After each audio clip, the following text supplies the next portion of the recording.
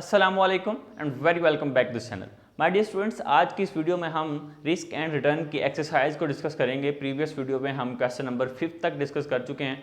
आज हम question number 6 को कवर करेंगे, 7 को कवर करेंगे और 8 को कवर करेंगे। बहुत ही आसान क्वेश्चंस हैं। किसी में रेंज फाइंड आउट करनी है, एक्सपेक्टेड रिटर्न फाइंड आउट करना है।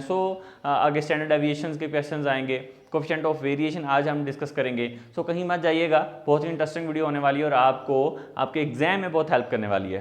अपनी इस वीडियो को स्टार्ट करते हैं और इन लेक्चर्स को और इन क्वेश्चंस को ख़त्म करते हैं। Let's begin.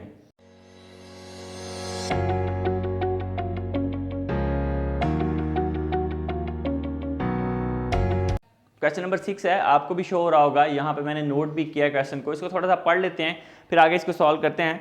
Swans Sportswear is considering bringing out a line of designer jeans. Currently is negotiating with two different well-known designers because of the highly competitive nature of the industry. The two lines of jeans have been given code names. After market research, the firm has established the expectations shown in the following table about the annual rates of return. उसने कुछ आपको expectations दे दी हैं, market acceptance दे दी है, poor, very poor, average, good and excellent. ये behaviours भी होते हैं और ये रिटर्न को भी रिप्रेजेंट कर होते हैं। प्रोबेबिलिटी भी आपको दे दी है जो कि डिफरेंट है और एनुअल रेट ऑफ रिटर्न भी दे दिया जो कि लाइन जे और लाइन के को आपने कंपेयर करके बताना है। पढ़ते हैं इसमें क्या क्या फाइंड आउट करना है। Construct a bar chart of each line annual rate of return. ये जो एनुअल रेट ऑफ रिटर्न भी मैंने यहाँ पे लिखे हैं लाइन जे और लाइन के इसको आपने बार चार्ट्स पे शो करना है। बहुत ही आसान है, मैं पहले भी इसको वीडियो में आपको ग्राफ बना के रिप्रेजेंट कर चुका हुआ हूँ। आप जाके उस इंट्रोडक्टरी लेक्चर्स देख सकते हैं, वहाँ पे मैंने आपको ये बताया था कि रेंज को कैसे बार चार्ट्स वगैरह पे शो करते हैं। ठीक है, कोई मुश्किल बात नहीं। अच्छा, उसके बाद उसने कहा है calculate the expected value of return for each line. आपने एक्सपेक्टेड रिटर्न फाइंड आउट करना है इनका। फिर उसके बाद evaluate the relative riskness of each jeans line rate of return using the bar chart. Bar charts को यूज़ करते हुए आपने बताना है कि किस में रिस्क जो है वो ज़्यादा है। इसको मैं आपको थोड़ा सा बताता हूँ। ये सपोज कर लें कि ये आपकी बार चार्ट्स पे आप रिप्रेजेंट कर रहे हैं। जो पहली इसकी इक्वेशन है, यहाँ पे हमारी प्रोबेबिलिटी आती है, यहाँ पे हमारी जो है वो रेंज आ जाएगी, रिटर्न आ जाएंगे ये वाले। ठीक है, रिटर्न आ जाएंगे। अभी करना आपने क्या है, सिंपल आपने यहाँ पे प्रोबेबिलिटी ले लेनी है इन पे और इन पे आपने रिटर्न ले लेना है। ये आपके पास प्रोबेबिलिटी है ये वाली। ठीक है, तो आप इसको लिख सकते हो यहाँ पे 0.1 ले लो, 0.2 ले लो, 0.3, 4, 5 एंड 6 तक लेने। मैक्सिमम आपके पास 6 तक प्रोबेबिलिटी है। आ गई। उसके बाद ये आपके पास रिटर्न की लाइन है, इस पे आपने ये रिटर्न लिखने हैं। ये जे, ये लाइन के हैं और ये लाइन जे के रिटर्न है। अभी ये इसको मैं अगर लिख लूँ 0.1, फिर उसके बाद 1.25 आ जाएगा, फिर ये 0.8 आ जाएगा, फिर 13.5 और इस तरह से ये 15 आ जाएगा। ये आपके पास क्या आ गए, ये रिटर्न की लाइन आ गई। अभी सपोज करें कि 0.1 पे आपकी जो प्रोबेबिलिटी है वो है 0.05। यहाँ पे अगर मैं सपोज करता हूँ इस जगह पे ये यहाँ तक आ रहा है मेरा, ठीक है ना, तो ये इस जगह पे मेरी एक बार चार्ट बन जाएगा इस तरह से। ये एक मेरा बार बन जाएगी यहाँ पे। फिर अगली आएगी तो वो यहाँ पे सपोज करें एक बार बन रही है, फिर कोई बार इस तरह से बन रही है यहाँ पे। Sorry for my drawing and hand writing. तो यहाँ पे इस तरह से आपने बार्स बना के आपको रिप्रेजेंट करना है। ये एग्जैक्ट आपने ये ले लेनी है अमाउंट्स और यहाँ पे आपने बार्स बना देनी, जिसके आगे आ रही है उसकी आपने बार वहाँ पे बना देनी, जिस तरह से हम एक्सेल पे बार चार्ट शो करते हैं। कोई मुश्किल नहीं है, तो इसलिए मैंने आपको जस्ट एक जो है वो आइडिया के तौर पर बताया है। जो मेन है हमारा वो है हमारा रिटर्न फाइंड आउट करना। यहाँ तक हमारा क्वेश्चन है, ये लाइन जे है, ये लाइन के है, ये रिटर्न है उनके, और यहाँ पे मैंने आर बार फाइंड आउट कर दिया एक्सपेक्ट रिटर्न, और यहाँ पे भी लाइन के का फाइंड आउट कर दिया। किस तरह से फाइंड आउट कर दिया, मैंने मल्टीप्लाई कर दिया है। लाइन जे को प्रोबेबिलिटी से मल्टीप्लाई कर दिया तो ये उसका रिटर्न आ गया। लाइक 0.0075 को मल्टीप्लाई किया 0.05 से तो ये आपके पास आ गया। फिर इसी तरह से नेक्स्ट को मल्टीप्लाई किया तो आपके पास ये आ गया। इन सब को हमने प्लस कर लिया जैसे हमने लास्ट क्वेश्चन के अंदर हम करते हैं। तो आपके पास ये रिटर्न आ गया, एक्सपेक्टेड रिटर्न आ गया लाइन जे का। सिंपल, ठीक है। ये मैंने आपको क्वेश्चन इसलिए बहुत आसान क्वेश्चन है, मैं नहीं भी करवाता आपको, ये बता इसलिए रहा हूँ कि ताकि आपकी कन्फ्यूजन दूर हो जाए कि इसमें हमने फाइंड आउट क्या करना। आर बार फाइंड आउट करना था, मल्टीप्लाई ही करना है प्रोबेबिलिटी को आपने लाइन जे से, और जब आपने लाइन के का आर बार फाइंड आउट करना है तो इसको आपने प्रोबेबिलिटी से मल्टीप्लाई कर देना है, इसको मल्टीप्लाई कर देना है। तो लाइन बाय लाइन आपके पास रिटर्न्स आ जाएंगे, उनको ऐड कर लेंगे तो आपके पास दोनों के रिटर्न्स आ जाएंगे। ठीक है, ये 0.0835 आ गया, ये 0.080 आ गया। ये आपके पास आ गया। दोनों के एक्सपेक्टेड रिटर्न्स आपने मल्टीप्लाई करके फाइंड आउट कर लेने कैलकुलेटर की मदद से, सिंपल।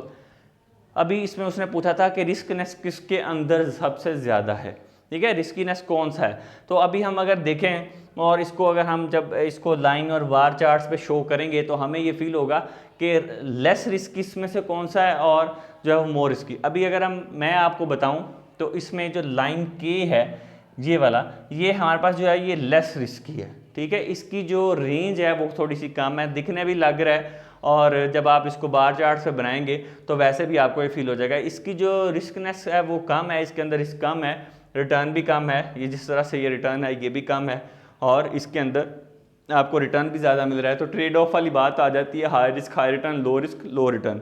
एज कम्पेयर टू अगर हम देखें तो इसके अंदर जो रेंज है, जो रेंज ऑफ रिटर्न्स है वो कम है, ठीक है। इस वजह से जो है इसको हम कहेंगे कि ये लेस रिस्की प्रोडक्ट है, ये थोड़ा सा उससे ज़्यादा रिस्की। तो यही चीज़ हमने इसके अंदर फाइंड आउट करनी थी, और इसमें कोई भी ऐसी चीज़ फाइंड आउट करने वाली नहीं। आप इसको जल्दी से नोट करें, इसके बाद मैं आपको कोएफिशिएंट ऑफ वेरिएशन का क्वेश्चन नंबर जो 7 है वो करवाता हूँ। अभी हम क्वेश्चन नंबर 7 को डिस्कस कर लेते हैं, आपको शो भी हो रहा होगा, इसको रीड आउट करते हैं। कोएफिशिएंट ऑफ वेरिएशन का क्वेश्चन है, metal manufacturing has isolated 4 alternatives for meeting its need for increase production capacity. The following table summarises data gathered relative to each of these alternatives। A B C D alternatives हैं, यहाँ पे मैंने लिखे भी हैं। उसके बाद एक्सपेक्टेड रिटर्न बता दिया, स्टैंडर्ड डेविएशन बता दिया। फाइंड आउट का करना है, calculate the coefficient of variation for each alternative का फाइंड आउट करना है। If the firm wishes to minimise risk which of the alternate do you recommend and why. कौन सा प्रोजेक्ट अगर आप सेलेक्ट करोगे, अगर आपको मिनिमम रिटर्न रिस्क आपको मिनिमम चाहिए हो, ठीक है, तो कौन सा प्रोजेक्ट चूज़ करोगे। सिंपल क्वेश्चन है, बहुत ही सिंपल क्वेश्चन है। यहाँ पे मैंने इसको नोट किया, इसके क्वेश्चंस को A B C and D है। ये आपके पास कोएफिशिएंट ऑफ वेरिएशन का जो है फॉर्मूला है, जो मोस्ट इंपॉर्टेंट है, इसके साथ आपने क्वेश्चन करने हैं। यहीं पे अब हम coefficient of variation find out कर लेंगे। फॉर्मूला पता चल गया, standard deviation divide bye expected rate of return. ये स्टैंडर्ड डेविएशन है, ये आपका एक्सपेक्टेड रेट ऑफ रिटर्न है। आपने स्टैंडर्ड डेविएशन को एक्सपेक्टेड रेट ऑफ रिटर्न पे डिवाइड कर देना है, तो आपके पास जो है वो वैल्यूज आ जाएंगी। 7.0 को 20 पे डिस्कस करें, 20 पे डिवाइड करें अगर आप, तो आपके पास वैल्यू आएगी 0.35, ठीक है। उसके बाद 9.5 को 22 पे डिवाइड कर दें तो आपके पास वैल्यू आएगी 0.43। फिर 6.0 को 19 पे डिवाइड करेंगे तो वैल्यू आएगी 0.31। 5.5 को 16 पे डिवाइड करेंगे तो वैल्यू आएगी 0.34। ये आपके पास कोएफिशिएंट ऑफ वेरिएशन आ गए सिंपल। आपने यही फाइंड आउट करना था। बी में वो कहता है कि आपने बताना है कि कौन सा कोएफिशिएंट ऑफ वेरिएशन आपको कम से कम जो है वो रिस्क, आपको कौन सा प्रोजेक्ट रिस्क दे रहा है। कोएफिशिएंट ऑफ वेरिएशन की बेसिस पे बताना है। तो आपको ये मैं बताता चलूँ, इंटरप्रिटेशन इसकी ये है कि जितने कम कोएफिशिएंट ऑफ वेरिएशन आएगा उतना ही कम उस प्रोजेक्ट का रिस्क होगा। जैसे कि इस प्रोजेक्ट में सबसे कम कोएफिशिएंट ऑफ वेरिएशन है, तो ये ही सबसे कम रिस्क है, ठीक है। जितना ज़्यादा है कोएफिशिएंट ऑफ वेरिएशन उतना ही रिस्क उस प्रोजेक्ट के अंदर ज़्यादा है। तो हम इसको चूज़ करेंगे, simple is that. Question number 7 clear हो गया। क्वेश्चन नंबर 8 भी साथ ही डिस्कस कर लेते हैं। क्वेश्चन नंबर 8 में उसने क्या कहा है आपको, standard deviation versus coefficient of variation as measures of risk है। Greenage incorporation a successful nursery is considering several expansion projects. All of the alternatives promise to produce an acceptable return. Data on 4 possible projects follow. 4 project का data दे दिया है उसने आपको। Green as incorporation की वो example दे रहा है। उसके बाद डिफरेंट एक्सपेंशन प्रोजेक्ट्स हैं, वो किसको चूज़ करेगा कि इसमें रिस्क सबसे कम है, ये फाइंड आउट करना है, ठीक है।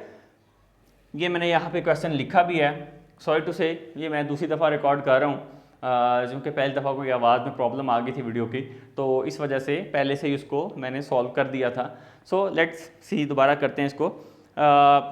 ए है इसकी requirement, which project is least risky judging on the basis of range. Range की बेसिस पे आपने बताना है कि कौन सा प्रोजेक्ट सबसे ज़्यादा रिस्की है। फिर which project has the lowest standard deviation, किसका स्टैंडर्ड डेविएशन सबसे ज़्यादा लो है, और एक्सप्लेन करना है कि स्टैंडर्ड डेविएशन जो है, standard deviation may not be entirely appropriate measure of risk for the purpose of this comparison. क्यों जो है ये स्टैंडर्ड डेविएशन जो है ये एक प्रॉपर मेजर नहीं है रिस्क को कंपेयर करने का, ठीक है।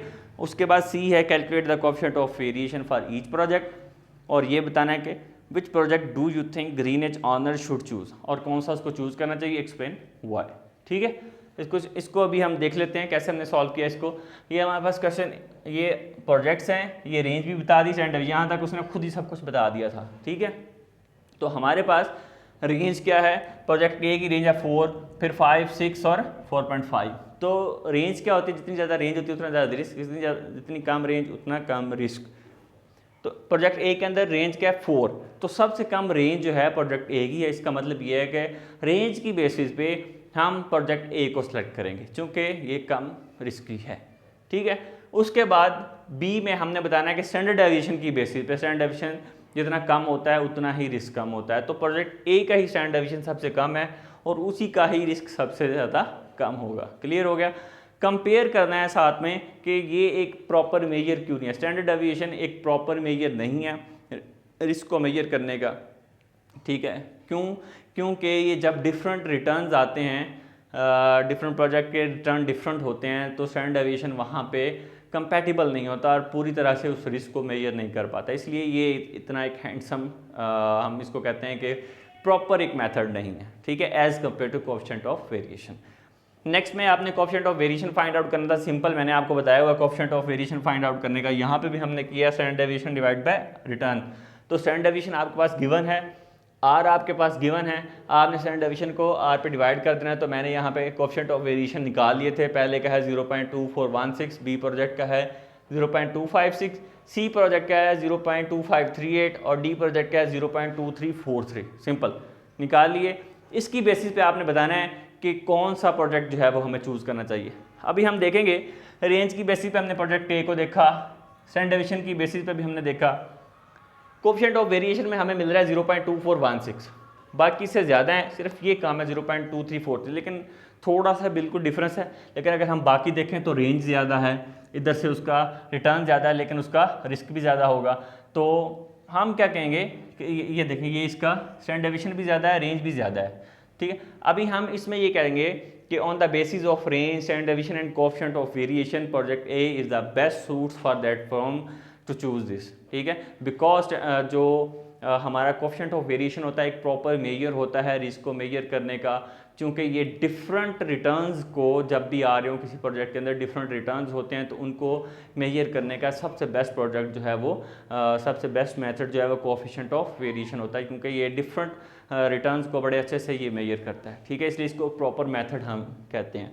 तो on the basis of this हम इस प्रोजेक्ट को सिलेक्ट करेंगे, कोएफिशिएंट ऑफ वेरिएशन की बेसिस पे भी और बाकी सब मेजर्स की बेसिस पे भी प्रोजेक्ट ए को। These are the typical thinking. इसको हमें खुद से सोचना पड़ेगा, कैसे कैसे हमें खुद से इंटरप्रिटेशन करनी पड़ेंगी। ये क्वेश्चन था हमारे पास, question number 7 and question number 8। आपको किसी भी तरह की कोई भी कन्फ्यूजन है इन क्वेश्चंस के अंदर, कोई चीज़ आपको नहीं समझ आई है, आप पूछ सकते हैं, इंस्टाग्राम पे मैसेज कर सकते हैं, आप कमेंट्स कर सकते हैं। ज़्यादा से ज़्यादा कमेंट्स किया करें, कोई भी क्वेश्चन हो, कोई भी क्यूरी हो, वहाँ पे आप पूछा करें, मैं आपको ज़रूर रिस्पॉन्ड करूँगा। Thank you so much for watching this video को ज़्यादा से ज़्यादा लाइक करें, शेयर करें अपने फ्रेंड के साथ। Thank you so much.